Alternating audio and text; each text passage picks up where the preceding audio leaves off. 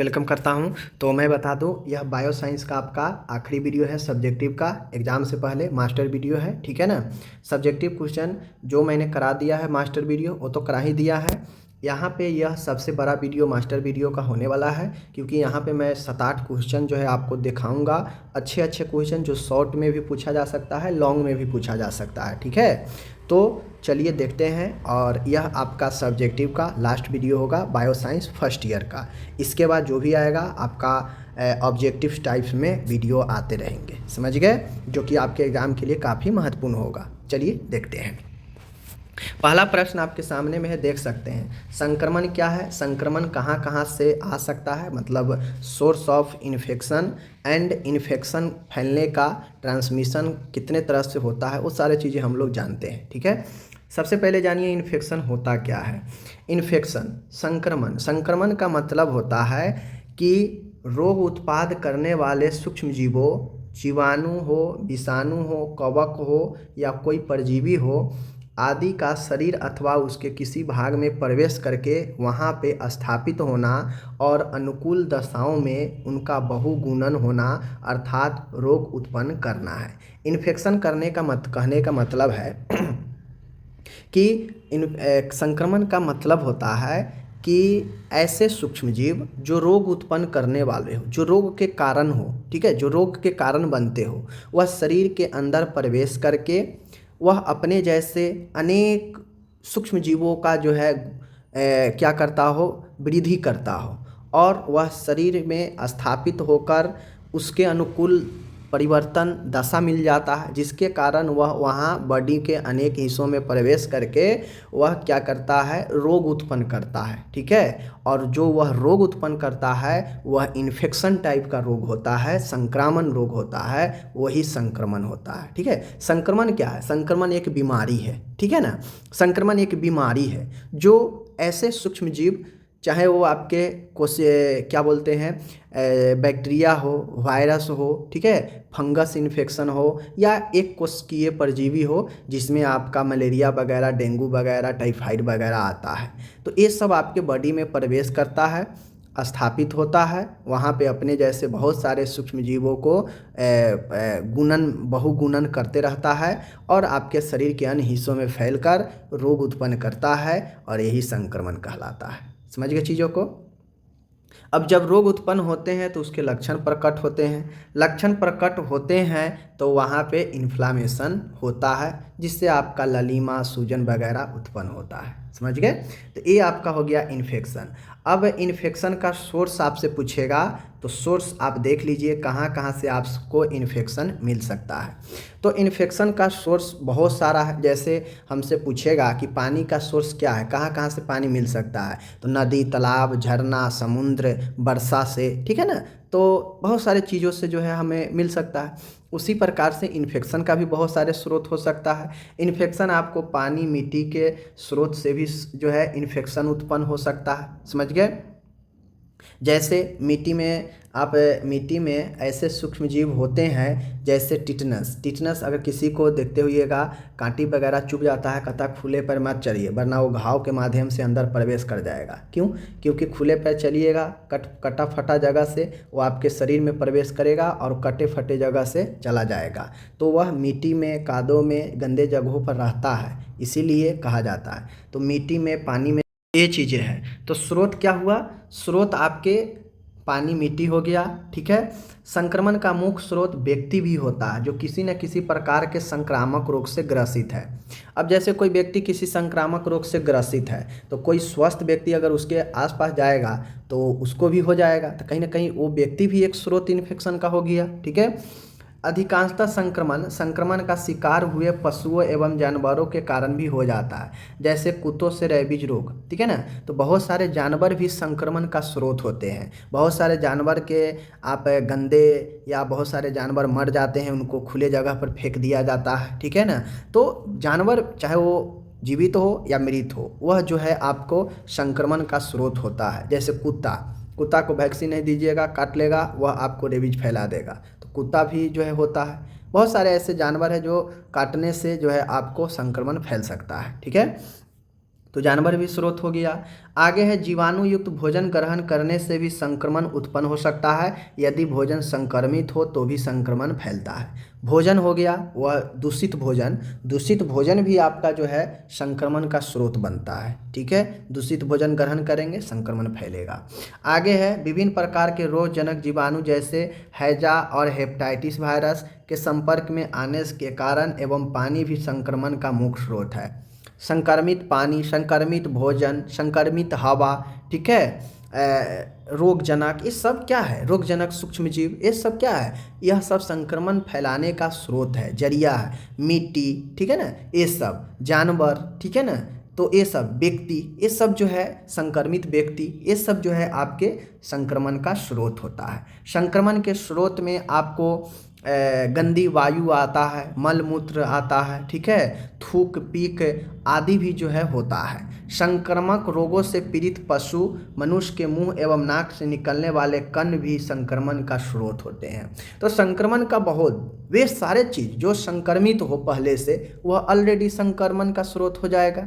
ठीक है ना, जानवर, मिट्टी, वायु, पानी, भोजन, लेकिन दूषित। अब ऐसा नहीं कि स्वच्छ जल, स्वच्छ मिट्टी, स्वच्छ हवा, स्वच्छ भोजन, ये सब जो है संक्रमण का स्रोत हो जाएगा, ऐसा तो है नहीं। वो सब खराब होगा तभी तो वो संक्रमण का स्रोत होगा। तो ये सब चीज़ें हो गया। ठीक है, आगे चलिए। आगे अब हमसे यहाँ पे पूछ रहा है कि संक्रमण फैलने के प्रमुख प्रकार बताए या mode transmission of infection, infection transmission होने का अलग अलग जो मोड है वह बताइए। ठीक है, तो देखिए मुख्य रूप से संक्रमण दो प्रकार से फैलता है, एक डायरेक्ट फैलता है और एक इनडायरेक्ट फैलता है। डायरेक्ट में आता है आपका मिट्टी के संपर्क द्वारा। कोई व्यक्ति डायरेक्ट अगर मिट्टी के संपर्क में आया है तो यह डायरेक्ट संपर्क होगा, और डायरेक्ट मिट्टी से व्यक्ति में संक्रमण फैल रहा है मतलब वह डायरेक्ट संपर्क से, डायरेक्ट कांटेक्ट से हो रहा है, तो मिट्टी बाय सॉइल, तो डायरेक्ट ट्रांसमिशन में ये हो गया। दूसरा है ट्रांसप्लेसेंट द्वारा। ट्रांसप्लेसेंटा मतलब होता क्या है, समझते हैं, चीज़ों को बता रहे हैं।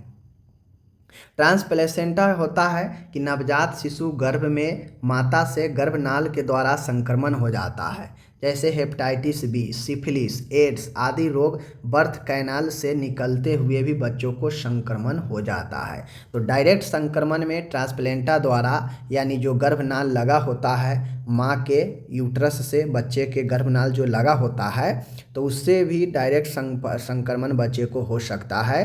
तो यह ट्रांसप्लेंटा द्वारा डायरेक्ट हो सकता है। थूक ड्रॉपलेट संक्रमण, अब ड्रॉपलेट संक्रमण से भी डायरेक्ट संपर्क, जैसे आपके सामने आया कोई व्यक्ति और डायरेक्ट आपके मुंह के सामने छींक दिया, खांस दिया, तो क्या हो जाएगा, उसका कण आपके अंदर चला जाएगा, तो वह भी डायरेक्ट संक्रमण हो गया। ठीक है, तो ड्रॉपलेट संक्रमण से भी डायरेक्ट फैलता है। प्रत्यक्ष संपर्क द्वारा, डायरेक्ट कॉन्टैक्ट द्वारा। डायरेक्ट कॉन्टैक्ट का मतलब होता है कि कुछ रोग सीधे संपर्क के माध्यम से एक व्यक्ति से दूसरे व्यक्ति में संचारित हो जाता है, जैसे चुंबन, जिसे किस कहते हैं, डायरेक्ट किस लेने से भी संक्रमण फैल जाता है। मैथुन करने से मतलब रिलेशन बनाने से, त्वचा के स्पर्श करने से, तो ये सब जो है आपके सेक्सुअल ट्रांसमिटेड हो गया। स्किन वाला जो रोग हो गया, दाद खाज खुजली वाला, तो ये सब डायरेक्ट जो है आपके फैल जा सकता है। तो ये डायरेक्ट कांटेक्ट से भी डायरेक्ट इन्फेक्शन फैलता है। तो ये हो गया। अब आता है भाई अप्रत्यक्ष संचारण, यानी इनडायरेक्ट। डायरेक्ट में तो हो गया कि भाई मिट्टी से फैल सकता है, आपका पैर डायरेक्ट मिट्टी पे पड़ा और मिट्टी से संक्रमण आपके बॉडी में चला गया, डायरेक्ट हो गया। एक होता है कि डायरेक्ट कांटेक्ट में आने से किसी के फैल सकता है, ठीक है ना, ट्रांसप्लेंटा, ठीक है ना, जो प्लेसेंटा होता है उससे आपको फैल सकता है, बच्चा में जो भ्रूण होता है गर्भ में उसको फैल सकता है डायरेक्ट। तो ये सब चीज़ें हैं। लेकिन अप्रत्यक्ष वाला में बहुत सारे माध्यम से फैल सकता है। जैसे देख लीजिए, यहाँ पे एक चीज़ मैं आपको क्लियर कर देता हूँ। अप्रत्यक्ष जो संचारण होता है, यदि किसी रोगी के संक्रमित जीवाणु किसी वस्तुओं पर गिर जाते हैं तो ये जीवाणु स्वस्थ व्यक्ति तक आसानी से पहुंच जाते हैं और उनके बीमार कर सकते हैं। जीवाणु एक व्यक्ति से दूसरे व्यक्ति तक कई तरीके से पहुंच सकते हैं। अब मैं आपको बता दूं, डायरेक्ट वाला होता है जिसमें कोई मीडियम काम नहीं करता, जिसमें डायरेक्ट एक से दूसरे में व्यक्ति में प्रवेश कर गया, ठीक है। लेकिन इनडायरेक्ट वाला में क्या होता है, कि इधर कोई संक्रमित व्यक्ति है, ठीक है, यह व्यक्ति कोई दूसरे चीज़ का यूज किया और यह दूसरे चीज़ से किसी तीसरे व्यक्ति में संक्रमण फैल गया, तो यही इनडायरेक्ट, यानी यह डायरेक्ट इसको नहीं करके बीच में माध्यम का उपयोग होगा और यह माध्यम दूसरे व्यक्ति को संक्रमित करेगा, तो यह इनडायरेक्ट होता है। जैसे मैं बताता हूँ, जैसे हवा, ठीक है, हवा, अब कोई व्यक्ति छींका खांसा, ठीक है, छींक दिया खांस दिया, वह छींटा हुआ उसमें सूक्ष्म जीव मौजूद है, वह वायु में प्रवेश कर गया। अब उसके आसपास कोई व्यक्ति रह रहा होगा और वह व्यक्ति इसे अपने श्वास के जरिए इनहेल कर लेगा श्वसन में, तो उसे भी फैल जाएगा। क्या हुआ कि कोई दूसरा व्यक्ति उसी आसपास छींका खांसा थूका, हवा में चला गया हो और उस हवा को कोई दूसरे व्यक्ति लिया जो स्वस्थ है, वह भी संक्रमित हो जाएगा, तो यह इनडायरेक्ट हुआ। डायरेक्ट ना फैल के हवा के माध्यम से गया व्यक्ति में, तो यह इनडायरेक्ट, हवा इनडायरेक्ट। पानी, अब पानी इनडायरेक्ट कहने का मतलब है कि पानी में जैसे कुएं के पानी हो गया, पीने वाले पानी हो गया, इनमें जानवरों का मल मूत्र वगैरह का निस्तारण सही से नहीं हो रहा है, पानी दूषित है और कल कारखाने का पानी आ रहा है, उस पानी का यूज कोई जानवर किया, जानवर आपके घर में आ गया, वह आपके भोजन को छू दिया, उसको आप ग्रहण कर लिए, तो इससे भी फैल जाता है। तो यह पानी जो है आपको इनडायरेक्ट तरीके से इन्फेक्शन फैलाता है। दूध हो गया, संक्रमण के कारण बीमार पशु के दूध के द्वारा भी संक्रमण, ठीक है। अगर मान गए मैं आपको बता दूं कि आप ऐसे मवेशी गाय या भैंस का दूध ले रहे हैं जो बीमार है, जिसको इंजेक्शन पर इंजेक्शन देकर दूध निकाल रहे हैं, तो उसका दूध अगर आप लेते हैं तो इनडायरेक्ट रूप से आपको भी वह इन्फेक्टेड कर सकता है। भोजन भी वैसा ही काम करता है। मान गए मक्खी आया, भोजन पर बैठ गया, भोजन को दूषित कर दिया, आप भोजन को ग्रहण किए, तो वह भोजन अंदर गया और भोजन आपको इन्फेक्शन कर दिया, तो कहीं ना कहीं भोजन इनडायरेक्टली रूप से आपको संक्रमित कर दिया, ठीक है। कीटों द्वारा, वेक्टर, बहुत सारे कीट पतंग होते हैं जो आपके पानी को, भोजन को, आपके बिछावन को क्या करते हैं, दूषित कर देते हैं, ठीक है। तो ये जो चीज़ें हैं आपको संक्रमित कर देता है इनडायरेक्ट रूप से। फोमाइट्स होता है, इससे संक्रमित वस्तुएं या संक्रामक रोगों को फैलने वाले जीवाणु भी कहते हैं। इसमें भोजन के अलावा अनेक प्रकार के संक्रमित करने वाले वस्तुएं जैसे व्यक्ति का रुमाल हो गया, बर्तन हो गया, तौलिया हो गया, चादर हो गया, छोटे बच्चों का खिलौना, संक्रमित दूध, बोतलें आदि जो है वस्तुएं संक्रमित करते हैं। तो फोमाइट वो होता है जो किसी वस्तु के द्वारा कोई संक्रमित व्यक्ति कोई चीज़ यूज कर रहा है और उसके सामानों का यूज अगर कोई दूसरा व्यक्ति कर रहा है तो वह संक्रमण फैलाता है, ठीक है। तो यह इनडायरेक्ट में ये सब चीज़ें हैं। अब मैंने आपको बता दिया, इसको आपको लिख देना है, ठीक है। आगे बढ़ते हैं। अब यहाँ पे मैं एक चीज़ आपको बता दूँ, क्वेश्चन आपसे एग्जाम में पूछा जा सकता है कि बैक्टीरिया के वृद्धि को, जीवाणु को वृद्धि को प्रभावित करने वाले कारक के बारे में बताएं, ठीक है। तो कौन कौन ऐसे कारक है जो जीवाणु के वृद्धि को प्रभावित करता है, माइक्रोबायोलॉजी में पूछा जा सकता है, पूछा भी गया है कि factor affecting of growth of bacteria, ठीक है ना। चलिए उत्तर देखिए। बैक्टीरिया के विकास को प्रभावित करने वाले 4 मुख्य कारण हैं। 4 मुख्य कारक कौन कौन से हैं? तो टेम्परेचर यानी गर्मी, नमी होता है, मॉइस्चर, पीएच स्तर होता है और ऑक्सीजन स्तर होता है। ये 4 स्तर है जो आपके बैक्टीरिया के विकास को प्रभावित करता है, ठीक है।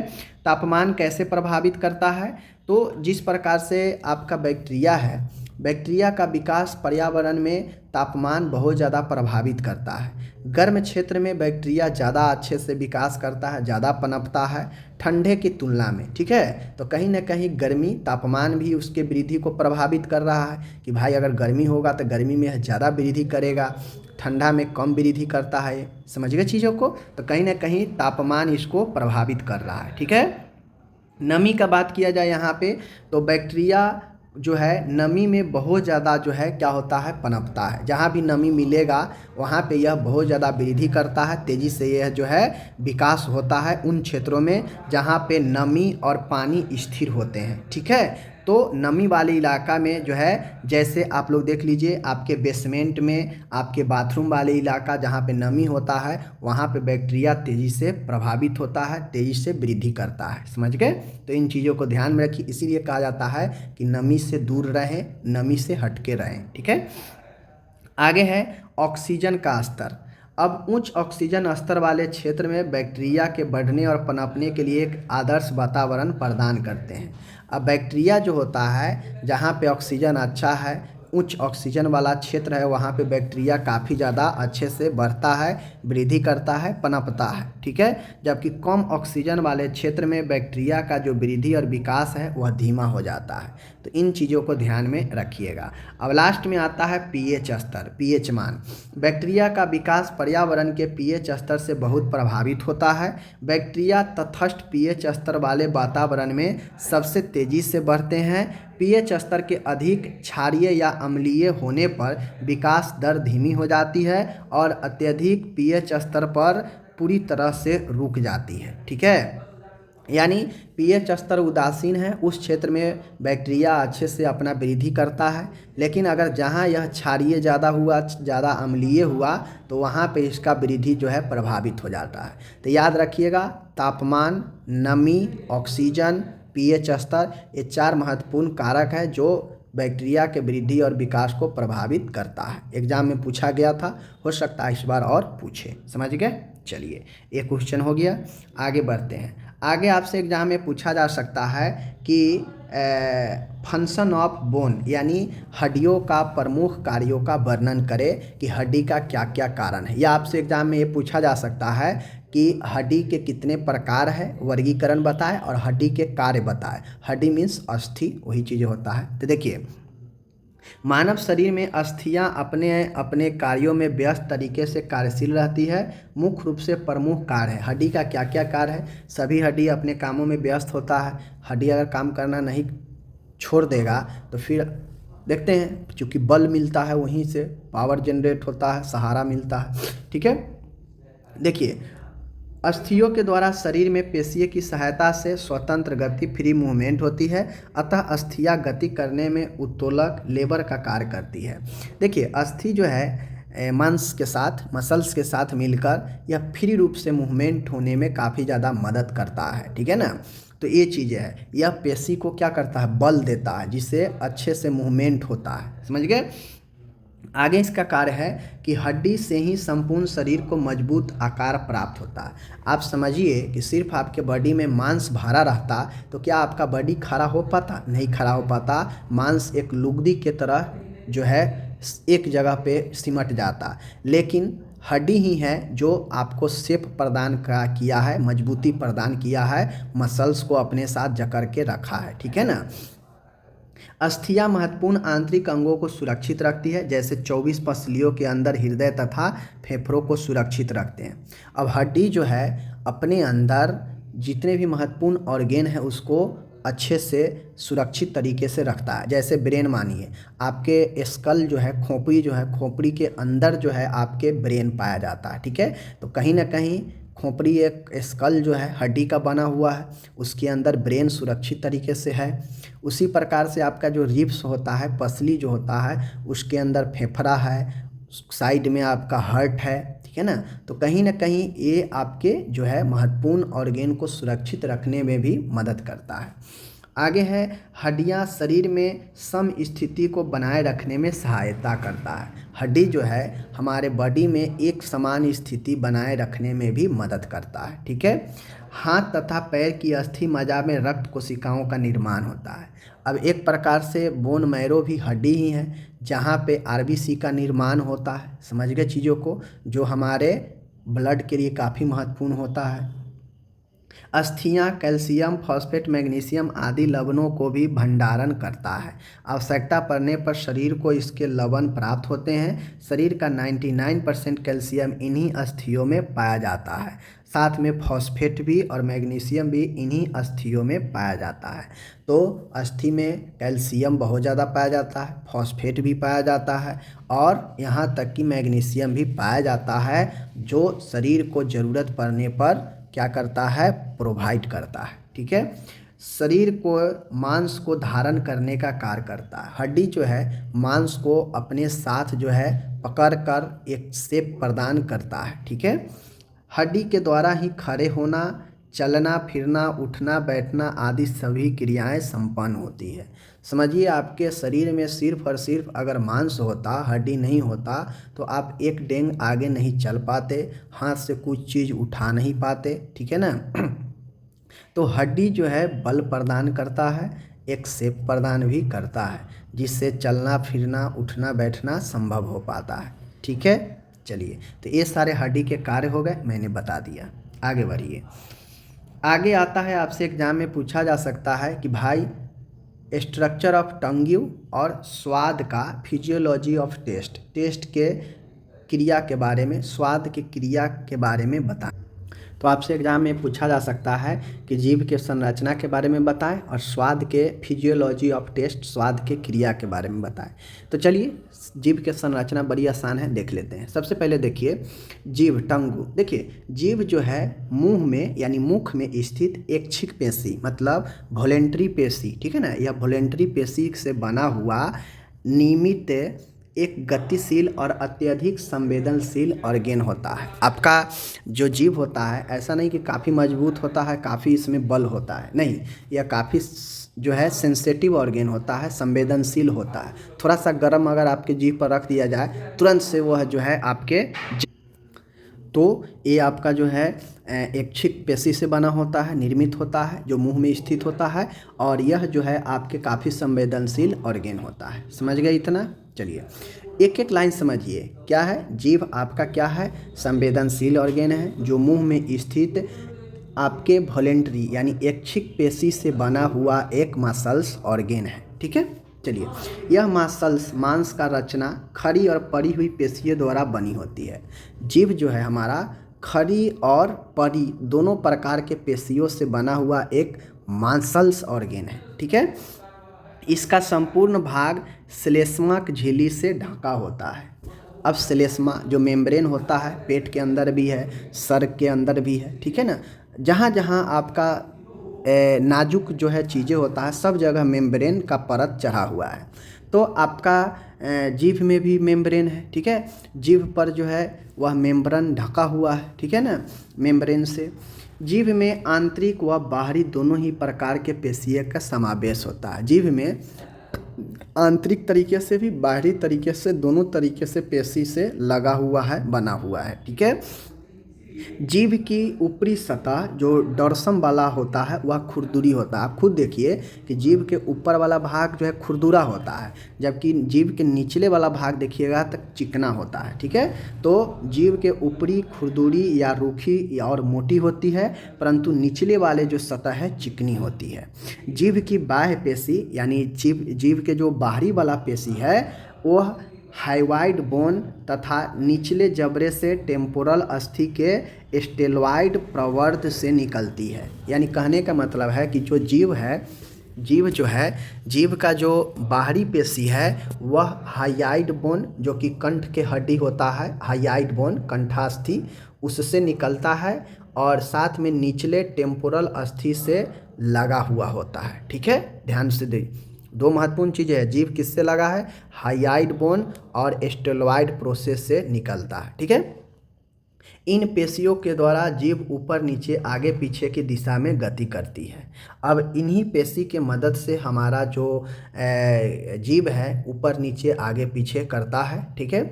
चलिए, एवं चबाने निगलने व बोलने में सहायता होता है।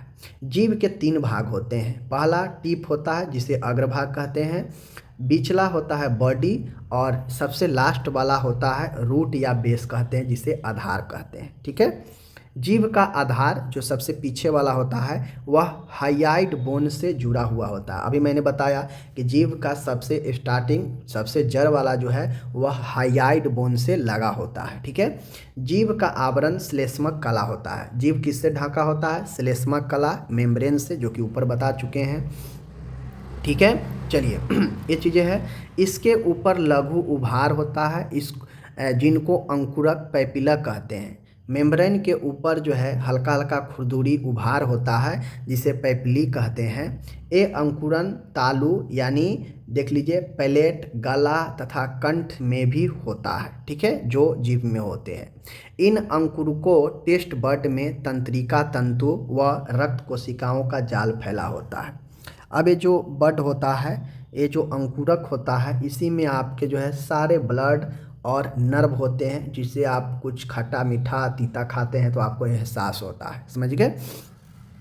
ये अंकुरक अनेक प्रकार के, ये जो बर्ड्स होते हैं अंकुरक, ये अनेक प्रकार के होते हैं।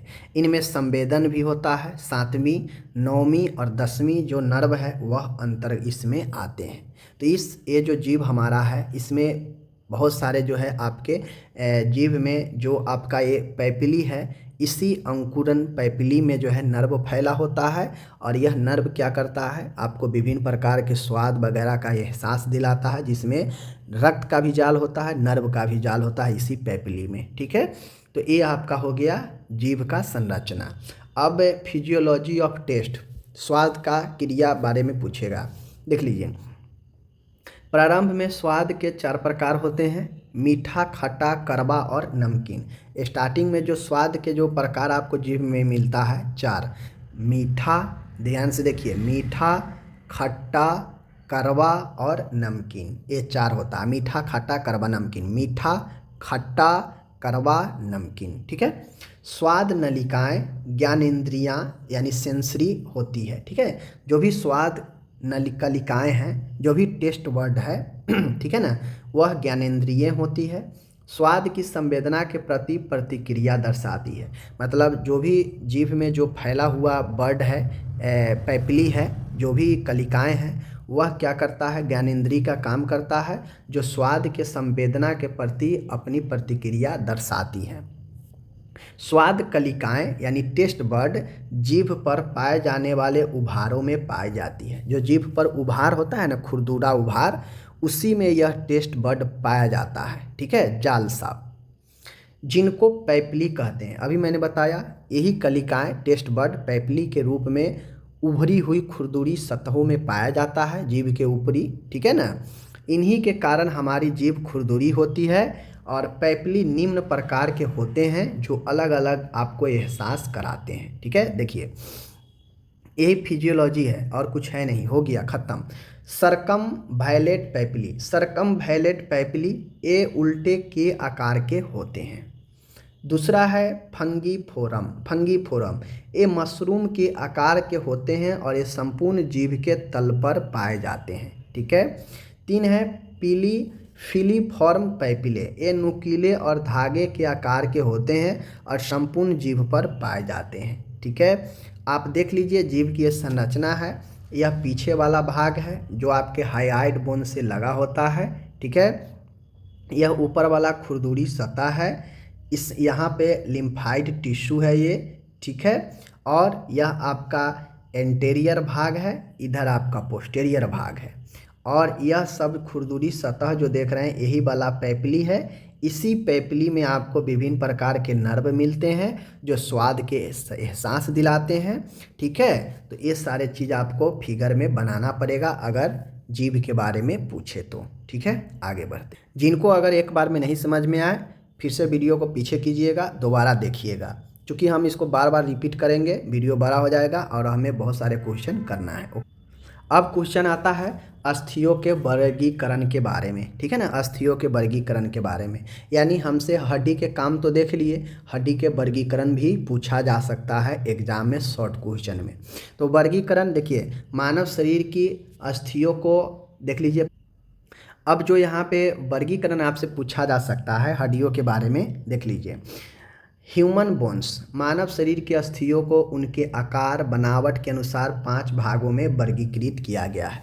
अब जो हड्डी है, हड्डी के बनावट, ठीक है, हड्डी के आकार के अनुसार इसे 5 वर्गों में बांटा गया है। ठीक है, बिल्कुल सही है। कहीं कहीं देखिएगा हड्डी बिल्कुल छोटा छोटा है, कहीं कहीं बड़ा बड़ा हड्डी है, कहीं एकदम फ्लैट हड्डी है। ठीक है ना, तो ये सब हड्डी जो है उनके आकार, उनके बनावट के हिसाब से अलग अलग बांटा गया है। ओके, आगे देखिए, यहाँ पे पहला आता है लंबी अस्थियाँ, लॉन्ग बोन्स। यानी ऐसे अस्थियां जो बड़े बड़े हड्डियों से बना हो, बड़े बड़े हो, जैसे जांग की हड्डी, ह्यूमरस बोन, थाई बोन, ठीक है ना, पैर का, हाथ का, ये सब बड़े बड़े हड्डी है। तो ये हो गया लंबी अस्थि। छोटी अस्थि जहाँ पे छोटे छोटे हड्डी हो वह शॉर्ट बोन्स होते हैं, ठीक है। चपटी अस्थि, फ्लैट बोन, फ्लैट जहाँ पे चपटी और फ्लैट हो तो वह फ्लैट बोन होता है, ठीक है। उसके बाद आता है अनियमित, इरेगुलर बोन, वैसा हड्डी जो इरेगुलर, कोई शेप में ना हो, इरेगुलर हो तो वह इरेगुलर होता है। और पांचवा होता है वर्तुलिका यानी सेसेमॉइड बोन, ठीक है। तो ये 5 बोन का वर्गीकरण याद रखिएगा। लंबी बोन, छोटी बोन, चपटी हड्डियाँ, अनियमित हड्डियाँ, वर्तुलिका हड्डियाँ। इंग्लिश में कहा जाए तो लॉन्ग, शॉर्ट, फ्लैट, इरेगुलर, सेमोइड, ठीक है। आगे बढ़िए। पहला है लंबी अस्थियाँ। अब ये लंबी अस्थियाँ मैं आपको अभी क्लियर कर देता हूँ। लंबी अस्थियाँ चौड़ाई में कम होती है, चौड़ा ज़्यादा, अब चूँकि लंबा है तो भाई कहीं ना कहीं चौड़ाई कम होगा, तो यह लंबाई में अधिक होगा, चौड़ाई में कम होता है। जैसे जांग की हड्डी, भुजा की हड्डी, ठीक है ना। तो ये सब जो होता है ज़्यादातर यह बेलनाकार देखने को मिलता है, बीच में यह खोखला होता है, लेकिन लंबाई में ज़्यादा होता है, ठीक है। तो यह लंबी अस्थि लॉन्ग हो गया। लॉन्ग बोन का एग्जाम्पल कहा जाए आप सभी को तो देख लीजिए, जांग की हड्डी, टांग की टिबिया, फिबुला, ठीक है, हाथ का रेडियस हो गया, अल्ना हो गया, ह्यूमरस हो गया, ये सब लंबी हड्डी का उदाहरण है। दूसरा है शॉर्ट बोन। शॉर्ट बोन कहा जाए तो छोटी हड्डियाँ। अब छोटी हड्डियाँ जो होती है वह लंबाई में तो कम होती है, बट यह चौड़ाई और मोटाई लगभग बराबर होती है। लोग कहता नहीं है कि छोटे कद के जो व्यक्ति होते हैं वो हट्टे कट्टे होते हैं, यानी उनका लंबाई कम होता है लेकिन मोटाई और चौड़ाई एक जैसे होता है, ठीक है ना। तो छोटी हड्डियाँ भी कुछ उसी प्रकार से होता है, लंबाई कम होता है लेकिन इनका चौड़ाई और मोटाई बराबर होता है। इनमें कोई भी साफ्ट या कांड नहीं पाया जाता है, समझ गए। ये छोटे छोटे ढेर के रूप में होते हैं। जैसे कहा जाए तो कलाई की हड्डियाँ, ठीक है ना, कलाई की हड्डियाँ हो गया, टखनों में टार्सल हो गया, ठीक है, कार्पस हो गया, ये सब छोटे छोटे हड्डियाँ होती है। तीसरा है चपटी हड्डियाँ। चपटी हड्डियाँ की बात करे जाएगा तो वे हड्डियाँ जो चपटा हो, चपटी हो, ठीक है, जिसमें सघन ऊतक वाला हो, जो बिल्कुल कनेक्टिव टिश्यू का बना होता है, ठीक है। इसमें एक स्पंजी परत होता है। जैसे देखिए रिब्स की हड्डी, स्टर्नम, छाती की हड्डी, खोपड़ी की हड्डी, ठीक है, स्केपुला हड्डी, यह सब फ्लैट होता है, चौड़ा भी होगा और लेकिन फ्लैट होगा, ठीक है। चलिए ये चीज़ हो गया। चौथा आता है इरेगुलर या अनियमित हड्डियाँ। तो ये हड्डी जो होता है न इसमें कोई आकृति होगा, न इसमें कोई निश्चित आकार होगा, ठीक है। इसमें आपको यह हड्डी मिलेगा चेहरा में, कुल्हा में, रीढ़ की, वर्टेब्रा में, ये सब हड्डियाँ में न कोई आकार न आकृति होती है, ठीक है, न इसमें कहा जाए तो कोई रूप न रंग, ठीक है ना। यह अनियमित होता है, कोई शेप नहीं होता है इसका, ठीक है आपको। और ये हड्डियाँ आपके चेहरा में, कुल्हा में, रीढ़ में पाया जाता है। पांचवा और आखिरी आता है सेमोइड यानी वर्तुलिका कंडरा अस्थियाँ। ये अस्थियाँ छोटी होती है जो विशेष प्रकार के कंडराओं में ही विकसित होता है। ये संधियाँ के पास में यानी ज्वाइंट के पास में होता है। ये अस्थियाँ चपटी भी होती है, जैसे कलाई के पिसिफॉर्म अस्थि तथा घुटने संधि के ऊपर के सामने वाले पटेला, जो कि सबसे बड़ी तथा अधिक महत्वपूर्ण व मजबूत वर्तुलिका अस्थियाँ सेसेमॉइड बोन है।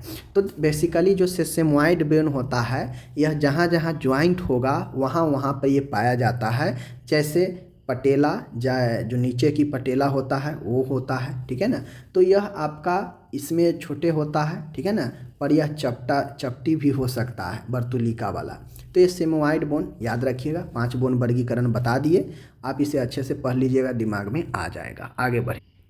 आगे आता है यहाँ पे स्पाइनल कॉर्ड के बारे में। आपसे एग्जाम में पूछा जा सकता है स्पाइनल कॉर्ड के बारे में, तो स्पाइनल कॉर्ड के बारे में जान लीजिए, जानना जरूरी है, अच्छा क्वेश्चन है। स्पाइनल कॉर्ड आपको मैं बता दूं, जो आपके पीछे के भाग जो होता है, जो आपके ब्रेन से लेकर जो आपके गर्दन है ना, गर्दन जो लगा हुआ है पीछे वाला, ब्रेन से सीधा आपके गर्दन होते हुए नीचा जो है आपके नीचे जो आपका हिप है ज्वाइंट वाला, वो बीच में जो भी आप देखते हैं बीच में वही स्पाइनल कॉर्ड होता है, ठीक है ना। यह स्पाइनल कॉर्ड आपके अलग अलग वर्टेब्रा से घिरा हुआ होता है, ठीक है ना। मैं बता दूं, सुषुम्ना मजबूत, मोटी, लचीला रसरी के समान एक रचना होता है, ठीक है। कहने के लिए यह अलग अलग वर्टेब्रा से घिरा हुआ है अंदर में, लेकिन यह एक रसरी के समान रचना होता है, ठीक है। यह केंद्रीय तंत्रिका तंत्र का एक आवश्यक अंग है। स्पाइनल कॉर्ड जो होता है यह आपके सेंट्रल नर्वस सिस्टम, जिसमें ब्रेन और यही स्पाइनल कॉर्ड आता है, दो महत्वपूर्ण चीज़ें, ठीक है ना। स्पाइनल कॉर्ड जो है एक महत्वपूर्ण अंग है। यह खोपड़ी के निचले वाले भाग, समझ रहे हैं बात। अब ये जो स्पाइनल कॉर्ड होता है यह आपके खोपड़ी के निचले वाले भाग से शुरू होता है, ठीक है। पीठ में स्थित रीढ़ की वर्टेब्रा से निर्मित नली के प्रथम लंबर वर्टेब्रा पर स्थिर रहता है। इसकी आकृति पीठ के वक्र गति के अनुसार जो है बदलती रहती है। मतलब जैसे आप इधर उधर घूमते हैं, यह भी अपनी आकृति इधर उधर घूमता रहता है, क्योंकि यह वर्टेब्रा के अंदर होता है, ठीक है, कशेरुकाओं के अंदर होता है, एक नली में रहता है अपना, ठीक है ना। यह वयस्क व्यक्ति में लगभग 45 सेंटीमीटर लंबाई में होता है। इसका कुछ भाग गर्दन एवं कटी क्षेत्र में मोटा होता है। मैंने पहले ही बताया कि यह ब्रेन से लगा होता है, जो कि गर्दन सहित आपके नीचे तक आता है, ठीक है ना। क्योंकि इन भागों को हाथों एवं टांगों को गति अत्यधिक तंत्रिका आपूर्ति करती है। यही स्पाइनल जो है आपको क्या करता है, नर्वस जो है सप्लाई करता है इधर उधर बहुत सारे अंगों में। इन भागों को क्रमशः कॉन्स मेडुलरिस और कोडा इक्यून कहते हैं, ठीक है। तो देखिए बेसिकली जान लीजिए कि स्पाइनल कॉर्ड एक सेंट्रल नर्वस सिस्टम का एक अंग है, महत्वपूर्ण अंग है, जो रसरी के समान संरचना जो वर्टेब्रा के अंदर जो है स्थित होता है। इसके चारों साइड में मेनिंजिस घेरा होता है। जिस प्रकार से ब्रेन को मेनिंजिस घेरा रहता है, उसी प्रकार से जो है तनिकाएं इस स्पाइनल को भी घेर कर रखता है अपने अंदर।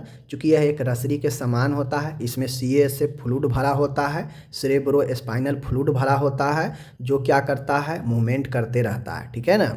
और यह हमारे शरीर के गति के अनुसार आसानी से इधर से उधर मूवमेंट करता रहता है, ओके। और यह क्या करता है, लगभग 45 सेंटीमीटर का लंबाई में होता है। यह हमारे गर्दन के आखिरी भाग से शुरू मस्तिष्क के आखिरी भाग से शुरू होता है और नीचे जो है हमारे कमर तक जो है यह रीढ़ की हड्डी के रूप में फैला होता है, ठीक है, समझ गए। चलिए ये चीज़ समझ गए, आगे बढ़िए। अब इसके रचना की बात करेगा तो मैंने बता ही दिया, स्पाइनल कॉर्ड का जो रचना है यह आपके ब्रेन के हिसाब से ही जो है इसका भी रचना है, ठीक है। मस्तिष्क के समान ही यह 3 परतों से घिरा रहता है। 3 परत में पहला पिया मेटर, दूसरा आर्केनोइड, तीसरा ड्यूरामेटर। यह 3 जो है आपके मृदु तनिका, जाल तनिका और दृढ़ तनिका, यह 3 तनिकाओं से घिरा होता है। तीनों मेनिंजिस है, एक लेयर बनाता है जो इसको सुरक्षा प्रदान करता है स्पाइनल को, ठीक है, ध्यान दीजिएगा। तो ये तीनों तनिकाओं से घिरा होता है। इसका कार्य क्या है, तो इसका कार्य है सुषुम्ना स्पाइनल शरीर के रिफ्लेक्स क्रिया के लिए मुख्य केंद्र है। मतलब इधर से उधर मूवमेंट करने में बहुत ज़्यादा मदद करता है। केंद्रीय तंत्रिका तंत्र में स्पाइनल एवं ब्रेन दोनों ही तंत्रिका तंतुओं की रचना होती है। इनकी तंत्रिकाओं का शरीर में जाल सा बिछा होता है जो संपूर्ण शरीर को घेर कर रखता है। ब्रेन और स्पाइनल 2 ऐसे नर्वस सिस्टम का अंग है जो आपके पूरे शरीर में नर्वस सिस्टम का जाल सा बिछा होता है, उसका कंट्रोल यही दोनों से होता है, समझ गए। चलिए आगे है स्पाइन जो है कभी कभी आपातकालीन समय पर अस्थायी रूप से शरीर के अंगों को निर्देश भी जारी करता है। कभी कभी स्पाइनल सेंट्रल नर्वस सिस्टम में इसीलिए पाया जाता है क्योंकि यह ब्रेन के बाद दूसरा अंग है जो अन्य अंगों को सिग्नल देता है कि भाई तुमको ये काम करना है, ठीक है ना। स्पाइनल मस्तिष्क के केंद्रों से निर्देश को विशेष तंत्रिकाओं तक पहुंचाती है। अब ब्रेन से जो भी सिग्नल निकलता है स्पाइनल उसे अन्य अंगों में डाइवर्ट करता है, भेजता है, ठीक है। स्पाइनल का काम है कि परिशरीय तंत्रिकाओं तंत्र में स्पाइनल ही विशेष स्तरों पर विभिन्न तंत्रिकाओं से जुड़ी होती है जिनसे संवेदना और प्रेरणा का आदान प्रदान होता है। अब स्पाइनल विभिन्न प्रकार के नर्व से जुड़ा हुआ है, तो कोई भी अगर संवेदना प्रेरणा भेजना हो, इधर उधर करना हो इन्फॉर्मेशन, तो ये करता है बेचारा स्पाइनल, ठीक है। स्पाइनल ही धड़ भुजा टांगों को चलाने हेतु प्रतिवर्त क्रिया को संपन्न करती है। स्पाइनल में अगर चोट लग जाता है तो व्यक्ति अपंग हो जाता है, न उसका हाथ पैर काम करना बंद कर देगा। तो स्पाइनल ही धड़ यानी बॉडी को, भुजा को, पैर को चलाने में रिफ्लेक्स क्रिया संपन्न करती है एवं मस्तिष्क के उच्च केंद्रों तक पथों का निर्माण करती है और स्पाइनल विभिन्न खंडों में विभाजित रहती है। तो स्पाइनल एक महत्वपूर्ण अंग है, ठीक है ना। ब्रेन की तरह ये काम करता है बेचारा, विभिन्न प्रकार के सिग्नल को इधर से उधर भेजता है, ब्रेन से प्राप्त करता है, अनेक अंगों तक भेजता है। कभी कभी आपातकालीन सिचुएशन में यह ब्रेन की तरह भी काम करने लगता है कि दूसरे अंगों को निर्देश देने लगता है, ठीक है ना। यह अपने अंदर जो है स्पाइनल क्या करता है, CASF फ्लूइड रखता है जो आपके हर एक समय CASF का प्रोडक्शन भी जो है जारी रखता है, ठीक है ना। CASF बहुत महत्वपूर्ण एक द्रव्य है जो आपको विभिन्न प्रकार के संक्रमण को, इन सब चीज़ों से भी बचाता है। CASF जो आपका है, स्पाइनल कॉर्ड जो है एक महत्वपूर्ण अंग है रिफ्लेक्शन में, प्रतिवर्त में, इधर से उधर मूवमेंट में, कंट्रोल करने में, और इसी स्पाइनल कॉर्ड के कारण ही आप इधर से उधर घूम पाते हैं, ठीक है ना। तो ये चीज़ें जो है हो गया यहाँ पे समापत स्पाइनल कॉर्ड। ओके, अब आगे आता है प्रोस्टेट ग्लैंड के बारे में। देखिए प्रोस्टेट ग्लैंड एक ग्रंथि है जिसे पुरुष ग्रंथि कहते हैं, ठीक है ना। यह महिलाओं में नहीं पाया जाता है। फर्स्ट टाइम ध्यान दीजिए, जिस प्रकार से अंडाशय जो है सिर्फ महिलाओं में पाया जाता है, उसी प्रकार से प्रोस्टेट ग्लैंड सिर्फ और सिर्फ पुरुषों में पाया जाता है। प्रोस्टेट ग्लैंड एक प्रकार के ऐसा ग्लैंड है जो पुरुष ग्रंथि मूत्राशय के तल के नीचे अखरोट की आकृति में स्थित रहती है, ठीक है ना। यह अखरोट जो होता है ना, उस आकृति का होता है और यह मूत्राशय के तल के आसपास जो है इसकी आकृति स्थित रहती है। यह पुरुष के मूत्रमार्ग यूरेथ्रा के चारों ओर से घिरे हुए होता है, ठीक है ना। यह यूरेथ्रा के चारों ओर से क्या होता है, घिरे हुए होता है। यह ग्रंथि तंतुमय ऊतक एवं चिकनी पेशी के पतले परंतु मजबूत कैप्सूल के अंदर रहती है, ठीक है ना। पुरुष ग्रंथि जो होता है यह चिकनी पेशी के बना हुआ होता है। प्रोस्टेट ग्रंथि में भी दो प्रकार की ग्रंथियां होती है जो अपने रस या स्राव को उसी मूत्र मार्ग में छोड़ती है जो भाग प्रोस्टेट के अंदर रहता है। देखिए बेसिकली कहा जाए पुरुष ग्रंथि, प्रोस्टेट ग्लैंड एक ग्रंथि है जो पुरुषों में पाया जाता है और यह मूत्राशय के तल में स्थित होता है। आगे मूत्र मार्ग खुलता है, ठीक है, आगे मूत्र मार्ग खुलता है, पीछे कहा जाए तो मूत्राशय होता है, बीच में बेचारा ये होता है। और ये क्या करता है कि यह कुछ चीज़ों को सिक्रेशन, अब चूँकि ग्रंथि है तो ये कहीं ना कहीं किसी चीज़ का सिक्रेशन करता हो, बिल्कुल यह सिक्रेशन करता है, यह जो है रिलीज करता है। रिलीज कहाँ करता है, तो उसी मूत्र मार्ग में यह चीज़ों को रिलीज करता है क्योंकि यह उसी के लिए बनाया ही गया है, ठीक है। चलिए देखिए, जो इन्हीं छोटी छोटी नलियों के द्वारा, देखिएगा, जो इन्हीं छोटी छोटी नलियों के द्वारा मूत्र मार्ग में जाकर, यानी प्रोस्टेट से जो छोटी छोटी नलियाँ निकलता है जो डायरेक्ट मूत्र मार्ग में जाकर जो वीर्य का भाग बन जाता है। यदि इन श्लेष्मक ग्रंथियों में से किसी कारण से सूजन हो जाती है तो मूत्र भी रुक जाता है क्योंकि सूजन के कारण मूत्र मार्ग पर दबाव पड़ता है। अब चूँकि प्रोस्टेट जो है आपके मूत्र मार्ग के ठीक पीछे है, तो जैसे ही मूत्र मार्ग में आपको कोई प्रॉब्लम आएगा, प्रोस्टेट में अगर बढ़ जाएगा, प्रोस्टेट में इन्फेक्शन वगैरह हो जाएगा तो प्रोस्टेट दबाव आपके मूत्र मार्ग पर देगा जिससे मूत्र मार्ग भी क्या होता है, बाधित हो जाता है। तो प्रोस्टेट डायरेक्टली जो है आपके मूत्र नली को क्या करता है, प्रभावित करता है। इसलिए प्रोस्टेट जो है बुढ़ापा में देखिएगा कि व्यक्ति को मूत्र मार्ग जो है प्रभावित होता है, तो बुढ़ापे में कहीं ना कहीं प्रोस्टेट जो है वृद्धि हो जाता है जिसके कारण बुढ़ापा में ये प्रॉब्लम आता रहता है, ठीक है। आगे देखिए, प्रोस्टेट जो होता है, प्रोस्टेट ग्रंथि के अंदर 3 प्रकार के ग्रंथि से मिलकर बनी होती है जो अपने स्रावों को अलग अलग वाहिकाओं से होकर मूत्र मार्ग के प्रोस्टेट भाग में पहुंचाती है। अब प्रोस्टेट ग्लैंड जो है अलग अलग 3 ग्रंथियों से मिलकर बना होता है जो अपने सिक्रेशन को अलग अलग वाहिकाओं, नलियों से होकर मूत्र मार्ग के प्रोस्टेटिक भाग में पहुंचाता है, ठीक है ना। अब जैसे प्रोस्टेट ग्लैंड क्या करता है, चिपचिपा जो है पदार्थ को क्या करता है, सीक्रेट करता है। वह चिपचिपा पदार्थ क्या करता है, गति प्रदान करता है सीमेन जो होता है उसमें, ठीक है ना। पुरुष का जो सीमेन होता है उसमें प्रोस्टेट से चिपचिपा व्हाइट कलर का, सफ़ेद कलर का द्रव निकलता है और वह क्या करता है कि वीर्य को और ज़्यादा मूवमेंट जो है प्रदान करता है, समझ गए। साथ में इससे निकलने वाला जो द्रव होता है यह बल देता है किसको, स्पर्म को।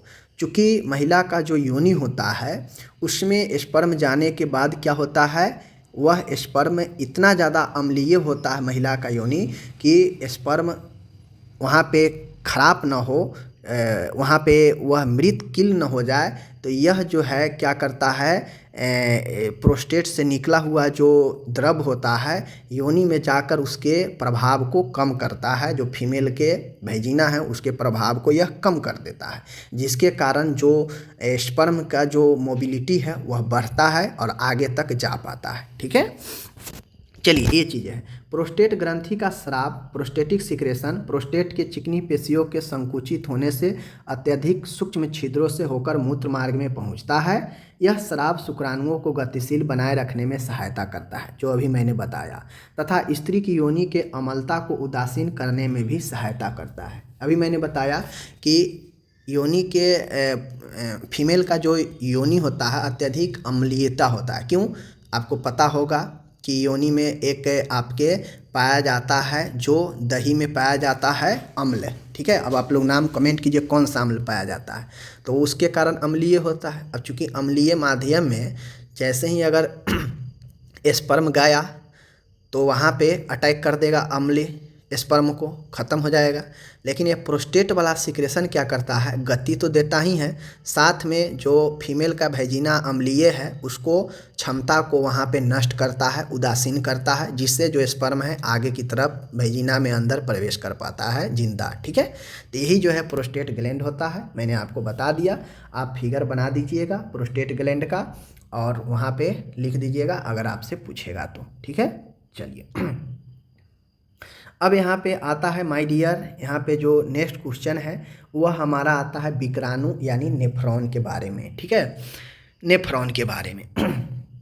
चलिए नेफ्रॉन के बारे में मैं आपको अभी दिखाता हूँ, देख लीजिए नेफ्रॉन क्या है। तो यहाँ पे अब हम लोग चलने वाले हैं नेफ्रॉन की तरफ। देखिए नेफ्रॉन एक प्रकार से कहा जाए विकराणु, यह एक छन्नी है, ठीक है। किसका छन्नी है, फिल्टर का काम करता है। फिल्टर जैसे केंट है, केंट में फिल्टर लगा है, उसी प्रकार से किडनी में लगा हुआ जो फिल्टर है, छन्नी है, वह नेफ्रॉन है, ठीक है। तो ये नेफ्रॉन लाखों की संख्या में आपके किडनी में होते हैं, ठीक है ना। लाखों की संख्या में लूप सा एक बनाकर यह जो है आपको वेस्ट मटेरियल को छानकर जो है अलग करता है, समझ गए।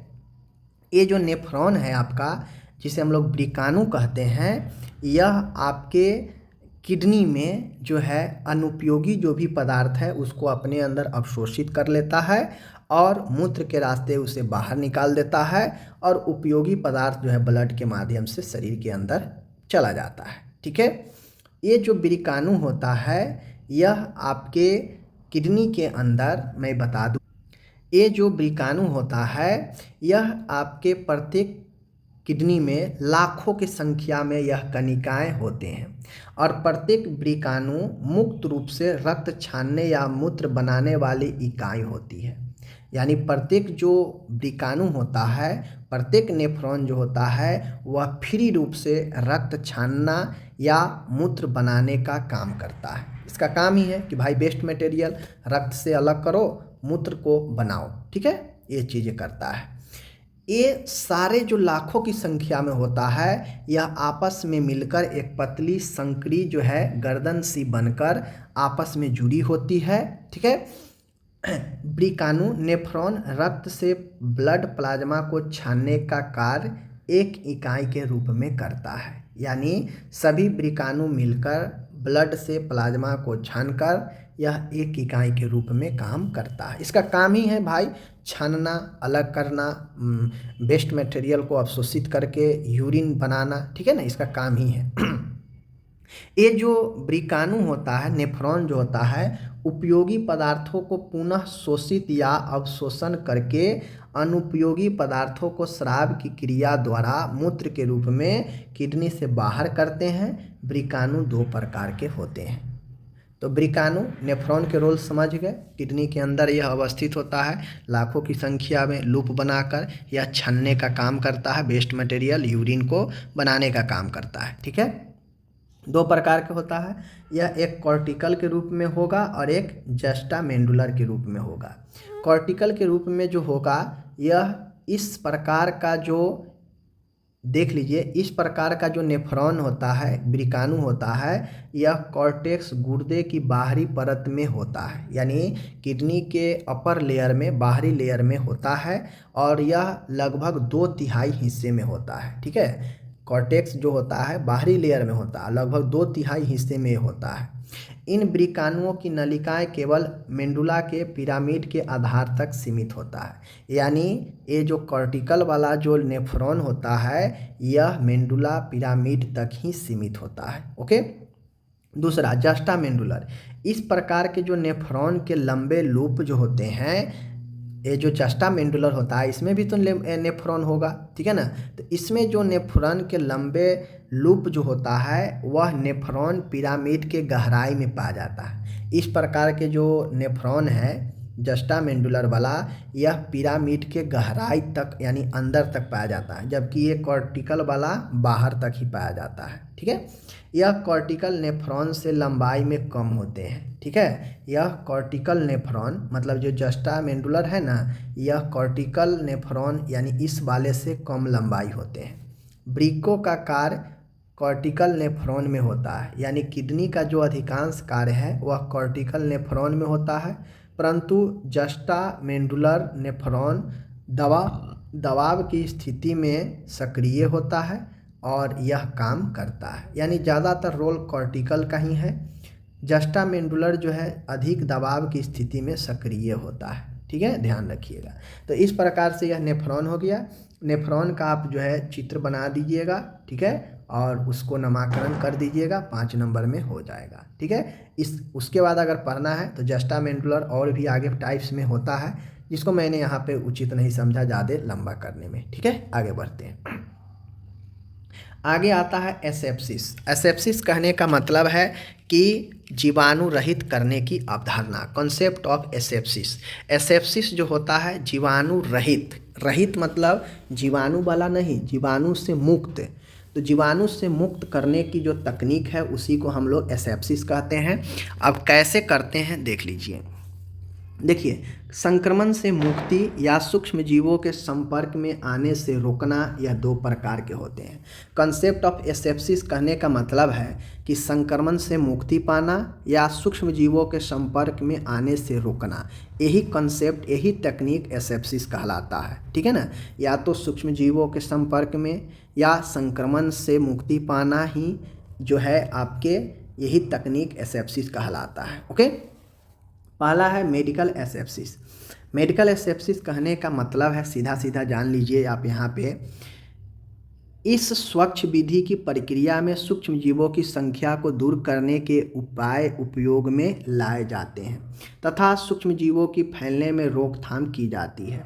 इस तकनीक का प्रयोग मरीज एवं उसके आसपास के पर्यावरण रोगजनक जीवाणुओं को फैलने से बचाती है। सर्जिकल एसेप्सिस, इसमें रोगजनक एवं अरोगजनक जीवाणुओं को पूर्णतः नष्ट किया जाता है। इस विधि में विसंक्रमित या निर्जीवाणुकरण तकनीक का प्रयोग किया जाता है तथा वस्तुओं की रोगजनक एवं अरोगजनक जीवाणुओं से मुक्ति की जाती है। उदाहरण, इंजेक्शन देना, शल्य क्रिया, घाव भरना, ड्रेसिंग, ये सब स्टरलाइज तकनीक है। मेडिकल एसेप्सिस जो होता है, इस स्वच्छ विधि की प्रक्रिया में सूक्ष्म जीवों की संख्या को दूर करने के उपयोग में लाए जाते हैं। ठीक है, मेडिकल एसेप्सिस एक ऐसा तकनीक है जिसमें आप कंप्लीट रूप से सूक्ष्म जीवों को तो हटा नहीं सकते हैं, नष्ट नहीं कर सकते हैं, बल्कि रोकथाम कर सकते हैं, उससे संख्याओं में कंट्रोल में लिमिटेड कर सकते हैं। ठीक है, यह तकनीक मरीज और, ठीक है ना, यह तकनीक जो है मरीज और उस, तो ये चीज़ें हैं। ठीक है ना, समझ गए कि यह लिमिटेड मेडिकल एसेप्सिस वहाँ काम करता है जहाँ पे मरीज और उसके आसपास के पर्यावरण को रोगजनक जीवाणुओं को फैलने से रोकना है, बचाना है, ठीक है। लेकिन मेडिकल सर्जिकल एसेप्सिस जो है वहाँ पे प्रयोग किया जाता है जहाँ पे ड्रेसिंग वाला हो, कोई सर्जिकल इक्विपमेंट हो, ठीक है, इंजेक्शन देना हो, तो वहाँ पे कोई वस्तु सतह पर यह काम करता है। और सर्जिकल वाला तकनीक ऐसा है कि यह कंप्लीट रूप से सूक्ष्म जीवों को वृद्धि को रोक देता है, ख़त्म कर देता है, चाहे वो उपयोगी हो या अनुपयोगी हो, चाहे वो रोगजनक हो या अरोगजनक हो, ठीक है ना। यानी सीधा समझिए वहाँ पे डिसइंफेक्शन और स्टरलाइज जो था ना, स्टरलाइज में कम्प्लीटली ख़त्म कर देता है, डिसइंफेक्शन में कम्प्लीटली ख़त्म नहीं करता है, रोकता है वृद्धि को, ठीक है। ठीक यहाँ भी है, मेडिकल एसेप्सिस में वैसा ही है।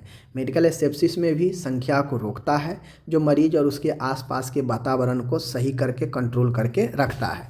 लेकिन ये जो सर्जिकल एसेप्सिस है, यह बेसिकली जितने भी सर्जिकल इक्विपमेंट है, ड्रेसिंग इक्विपमेंट है, ठीक है, या ड्रेसिंग करना हो, घाव को धोना हो, तो ये सब सर्जिकल एसेप्सिस के द्वारा सूक्ष्म जीवों को नष्ट किया जाता है, चाहे वो रोगजनक हो या अरोगजनक हो, ठीक है ना।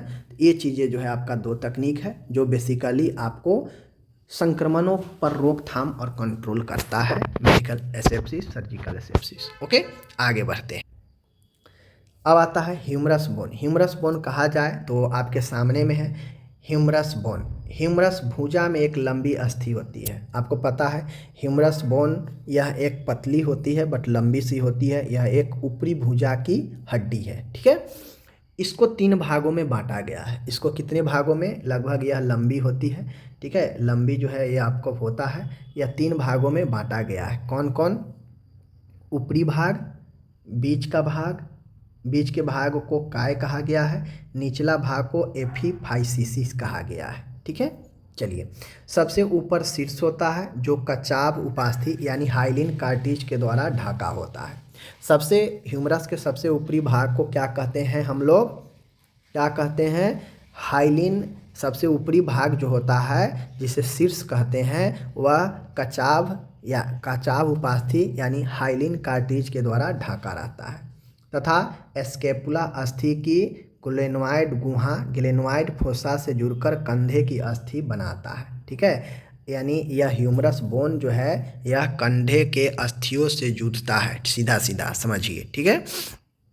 शीर्ष के ठीक नीचे एनाटोमिकल ग्रीवा एनाटोमिकल नेक होती है और इस ग्रीवा के समीप ही 2 उभार जो है होते हैं, एक छोटे जिसको लेसर ट्यूबरकल कहा जाता है और एक बड़ा जिसे ग्रेटर ट्यूबरकल कहते हैं। इसमें 2 जो है आपके क्या होते हैं, उभार होते हैं ह्यूमरस में, जिससे एक को हम लोग लेसर ट्यूबरकल छोटा ट्यूबरकल कहते हैं, एक बड़ा ग्रेटर ट्यूबरकल होता है। इन दोनों ट्यूबरकल के बीच में एक बाइसिपिटल ग्रूबर होती है जहाँ पे बाइसेप पेशी के टेंडन संलग्न होते हैं, ठीक है ना। जहाँ पे बाइसेप होता है ना उसी को हम लोग बाइसिपल ग्रूबर कहते हैं, जहाँ पे बाइसिपल पेशी टेंडन संलग्न होते हैं। यह ग्रूव लगभग 8 सेंटीमीटर लंबी होती है, इसको इंटर ट्यूबरकल ग्रूव भी कहते हैं। तो नॉर्मली ह्यूमरस बोन एक लंबी अस्थि की बोन है जो ऊपरी भुजा को बनाता है, जो डायरेक्टली आपके शोल्डर से कंधा को जो है जोड़ता है,